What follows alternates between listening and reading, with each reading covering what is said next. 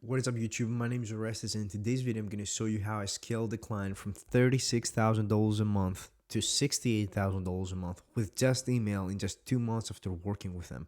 So this is going to be a case study, and this is going to be very, very straightforward. I'm going to show you exactly what I did step by step. It's going to be mostly theoretical, but I'm going to show you the frameworks and strategies. I'm actually going to show you the emails for like to keep everything safe for my client, but I'm going to show you exactly what I did, and you'll also get to see like how I did the emails in a structured and framework way. So when I started working with them in September, what I saw like is that they have no nurture system at all in their business in terms of email. They had a good lead flow, and in that by lead flow I mean like they had ads and they had a YouTube podcast and they were bringing them into the email list and they were giving them like access to a Facebook group, but in terms of the email list, there was nothing that was really going on there. Like they were sending 2 emails a week and they were really valuable, but at the same time there were only 2 of them and they were only pushing like twice a month, which is not bad if you do it right, but they were only like sending a total of like 8 or 9 emails a month, so it's really low volume. So the first thing I did, now this might sound a little bit basic and nothing new to you, but I promise you, like once you really understand the psychology of this behind it, it's gonna be really valuable for you to to implement it into the business that you work with, or of course like to offer it to a business. As a copywriter or an email marketer. So the first thing I did was set up a welcome sequence. Now this is very like logical.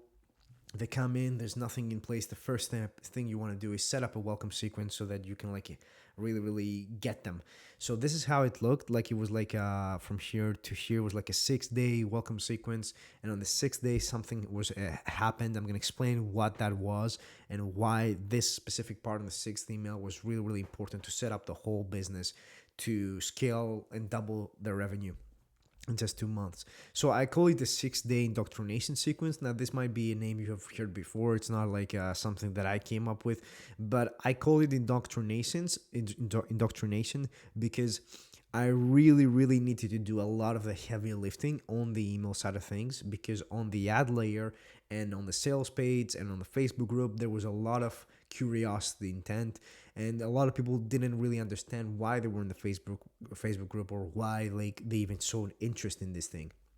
So the problem is that the audience had layered limiting beliefs. And what I mean by that is like in the specific niche, which is a weird niche, it's in the relationship space, but it's not really like that they have a huge problem. They do, but it's you can't really see it. And no one can really see it unless there's someone that's really aware of it. And the heavy lifting is that you need to to make them aware of it.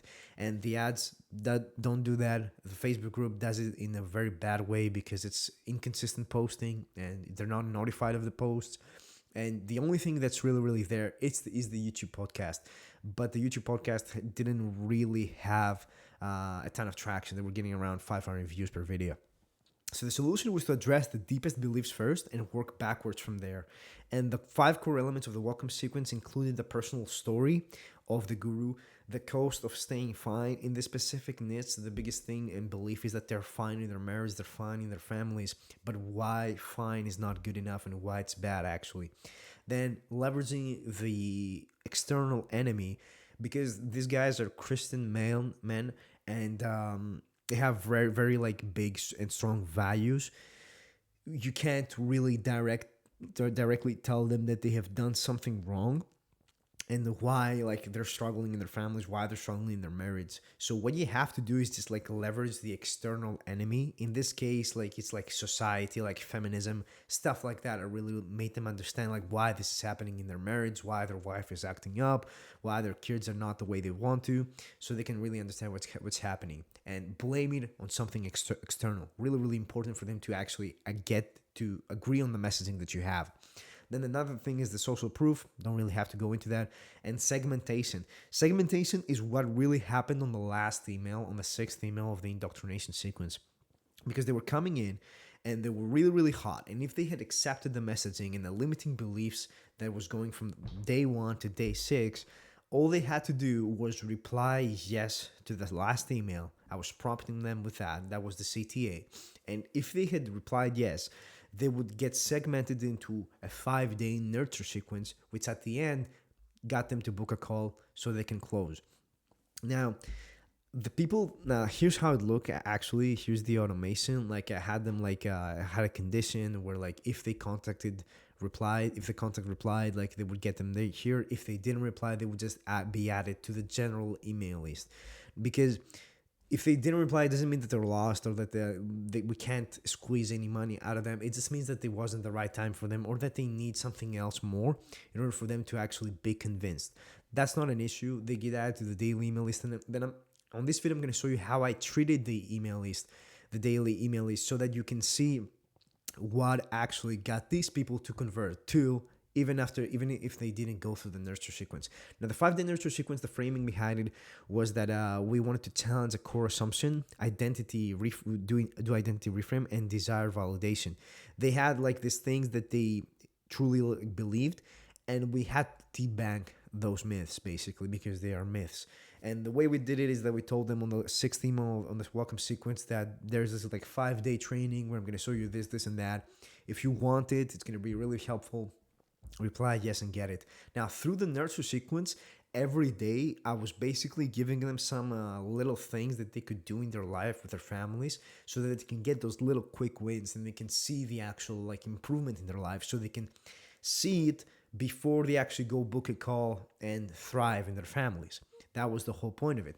And on the 5th day, what I did was I told them that, hey, you go book a call and you need a mentor. Here's why you need a mentor. It's very, very basic stuff after I've given them the value on day 5.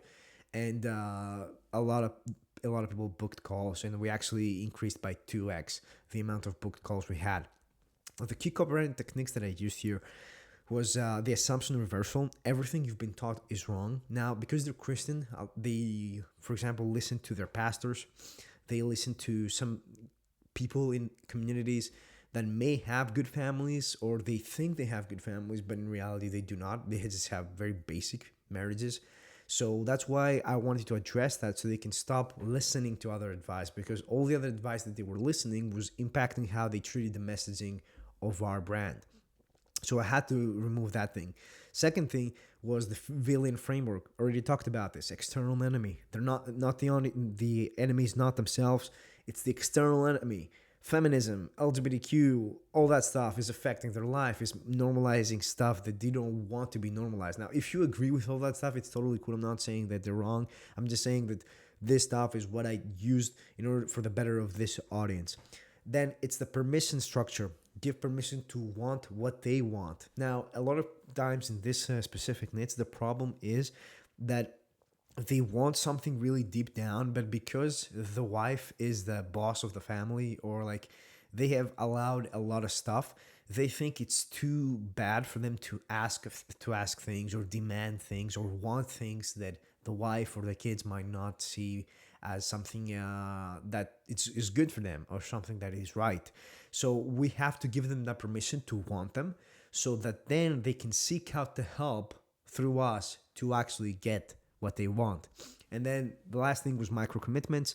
On the 6th day of the welcome sequence was a small yes, reply yes, and I'll segment you into that list, and you'll get the 5-day training. And of course, the big yes on the end of the 5-day nurture sequence, where they got to book a call. Now, the secret sauce, I guess, for this whole thing to work out was the emotional flow that I got them through. It was from shame to understanding to permission to hope and action. Same, using the stuff that they were going through their life. Understanding was basically like get them to realize what is happening, and why that the same is happening, and why those problems arise, and why they will keep on happening unless we give them permission to want other things, to want better things. And that is happening through personal stories, testimonials, like families that have thrived and how their lives look like now, and resembling that to what they want deep down. Then, of course, we have to give them hope, because even if they want that stuff, the problem that comes next in their mind is like, okay, I want that stuff, but with my family situation, it's really, really hard. So you really have to inject hope in your copy to make them really understand why, like, they can have that. And of course, action, which is the last step, like nurture sequence, do this, and then book a call. So the key insight after that is that people don't buy solutions to problems they don't believe they have. They buy new identities that give them permission to want what they already want. And of course, they buy solutions to problems they have. and they are aware that they have. So your job as a copywriter, depending on the niche that you're in, but almost all niches like have this thing where like there are a big segment of the audience is like problem unaware. Your biggest thing is to make them problem aware, and from there to make them solution aware. A really good book that explains this is Eugene Schwartz's what was the name? Breakthrough Advertising, I think. Amazing book. Like it literally has everything that you need in order to really understand how to take someone from problem unaware to problem aware, and then solution aware, and then offer aware. But that's the biggest thing.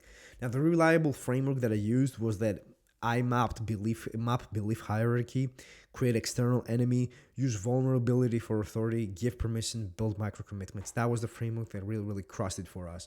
And the result, we had pre-sold audience, eager to take action, not just informed about solutions. That was the gap that I basically came into the business to fill in. They had this Facebook group, they had this ads, and like they were telling them that you have a problem, you have a problem, you have a problem. But they didn't really know how to make them problem aware by telling them like about the external enemy, using vulnerability for authority, giving them permission. They just like were forcing them to believe that. So the change really was not the system, the welcome sequence. Of course, like it was like really helpful, and they wouldn't have gotten to 68K a month if it wasn't for that. But it was realizing that they need to bridge the gap in the messaging from like getting them to problem unaware to solution aware. That includes the problem aware. They were skipping that step, and a lot of business owners, when they don't know marketing, they just know business. They don't really understand how to make that happen. That's your competitive advantage as a copywriter, and if you know how to do that, like it's a huge step. It's a huge thing that almost every business needs. Even the businesses that are crushing it, they still need that. So that's what really got them from 38K to 67K. When I came in, I told them like this is what's really happening. And I demonstrated that expertise through the welcome sequence, and then they had the data to be like, oh, okay, I understand now. Now that was what was happening with the daily email list, but with the welcome sequence. But now we don't know what's happening with the daily email list. I talked about before that a lot of people here were dropping off, and they were getting into the master email list. And the people that didn't close from the nurture sequence, they were also getting into the master email list. So what I needed to do here was to treat the daily email list as a nurture, like a thing, as a information thing, as a value thing, like as a pitch thing, everything all at once basically, but in a structured way. So let's go step by step, like what actually happened and what led this email list to cross basically. So when I came in, 36% open rates, and that was the starting point. The problem was that they had generic subject lines and inconsistent sending. Now you may look at this and be like, 36%, almost 37. That's not bad at all. And I would agree with you, because this niche, because like in most niches, like 37% open rate is like a really good point to be at. But there's always room for improvement, and I wanted to hit that 50% open rate because I know that in Christian audiences and in generally like healthy email lists, you can have a 50% open rate. And I look at it as a funnel. In the top of the funnel is the subject line, is like your open rates. At the middle of the funnel is like where all the stuff is really going on. It's the body of the copy, and at the bottom is the click-through rate, like how many people are clicking to go into the page to book calls, and that is the bottom of the funnel. If you treat it as a funnel, you will be able to optimize everything if you start from the top. So that's what I did. We had to do systematic optimization. Phase one, I analyzed existing subject lines. I found that questions and curiosity performed best. Then I created subject line categories. One was like belief challenge, direct questions, curiosity gaps, and personal stakes. So step 3 is I shifted from third person to second person. Now what they were doing is they were telling people like why men struggle in blah, blah, blah. But I changed it to why you struggle from blah, blah, blah. Because if you are like an email copywriter, you understand that the most important thing in emails is like what's in it for me. So I need to demonstrate that this is for them right from the get-go. Otherwise, they're not going to open the email, or they're not going to be prompted to open it with a very good intent. So by adding the you, which is the most important language in the English dictionary in marketing, it changes everything. So step 4 was to have internal dialogue hooks. Creating hooks is like the most important thing. And one example of that is like, when's the last time you flirted with your wife?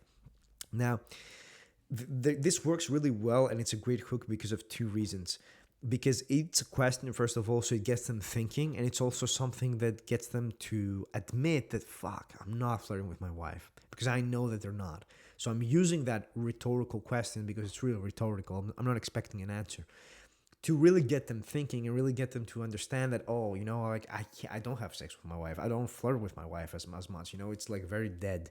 So that moves on to phase three, which is to have a daily send schedule. I have to get them to really understand why I'm sending them emails daily.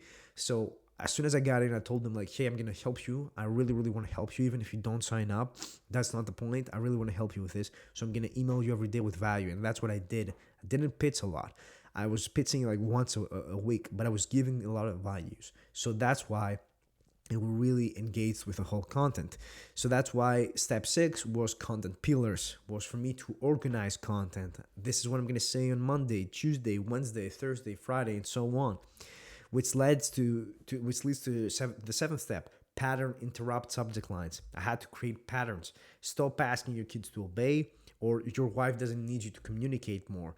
That tells them that those are statements that are like, okay, this is like something that I do in my life. That's what I'm doing. I tell my kids to obey me, but that doesn't work. And that's the statement that I'm making. So that creates a pattern in their head. The eighth step, sorry, is to create urgency without scarcity. Scarcity is like something that you don't want to have in your marketing most of the time. It's very sleazy. So the way to add urgency is time-based, relevance-based, and emotional urgency. Now, after all that, none of that really matters unless you actually go ahead and have a systematic testing. So I had to test the elements. On week 1, I tested question versus statement. On week 2, I tested short versus long form. On week 3, I tested direct versus curiosity. And week 4, I tested personal versus general. And within a month, I basically had everything that I needed in order for me to truly understand what's working better in this email list. So the step 11 was to be behavioral segmentation. I had to segment the audience based on their behavior. The high engagers that were getting more challenging content. They were a little bit more direct. Sorry, I'm getting like a sore throat. Then after that, we had the low engagers. Now these people, because they were like really like they were not really accepting the direct content. I had to talk in a little bit more supportive tone because they didn't really know how to navigate all the stuff that was happening in their life. And of course, the newer ones, which falls mostly to the nurture sequence and the welcome sequence, I was talking into in gentler challenges. Now, the next step was to have a reply-based engagement, to encourage replies. Now, that had to do, for example, like, hey, I really want to help you, like, improve your marriage, life, whatever.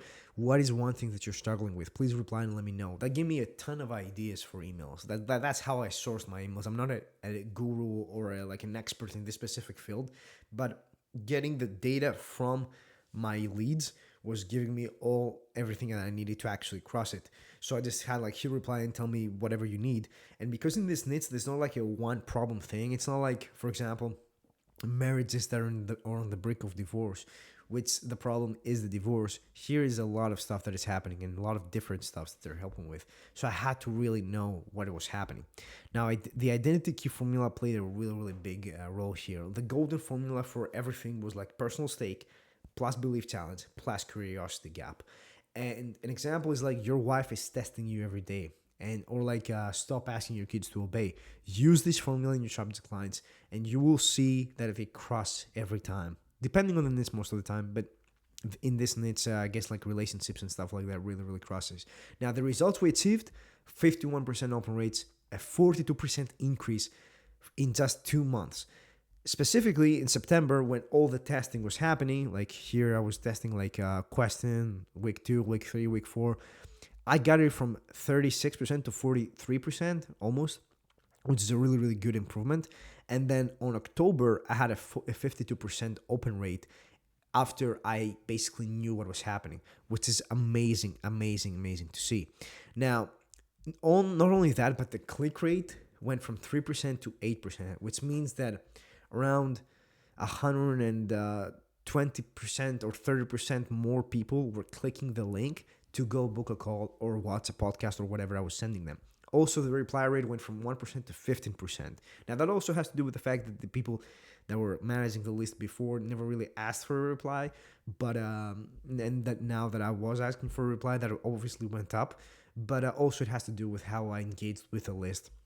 Close went up by 2%, by two times as Matt's, and the revenue went from 36K to 67K as a direct result because of the way that I managed the list from front to back. Welcome sequence, nurture sequence, did not close sequence, sequence that I was sending them right as soon as they booked the call. Those also play a big part. They're not really huge, and they're not really necessary. You have to have all the other stuff in place first, and then you have to make all the other stuff.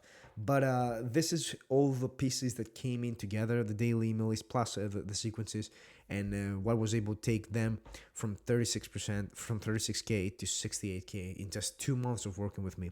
So if you're an email marketer or a marketer, a copywriter in general, like I have worked personally in full stack. I'm currently doing ads for like 1.5 years now, funnels, CRO, CMO, VSLs, TSLs. I'm working with a ton of businesses on this stuff.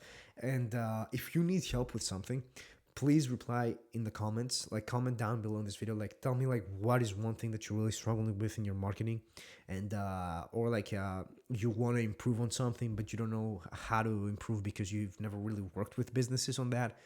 Regardless, please let me know, and I'll create videos about that too. I'll create case studies and show you exactly how I went from one thing to another, and I think it's gonna be great for everyone. So yeah, please like this video and subscribe if you liked it. And I'm gonna be uploading a ton more content regularly because I love this shit, and I think it's great for everyone in here to really get as much value and share our personal like stories and share like what we've done so we can all improve together. So yeah, have a great day and see you. Bye bye.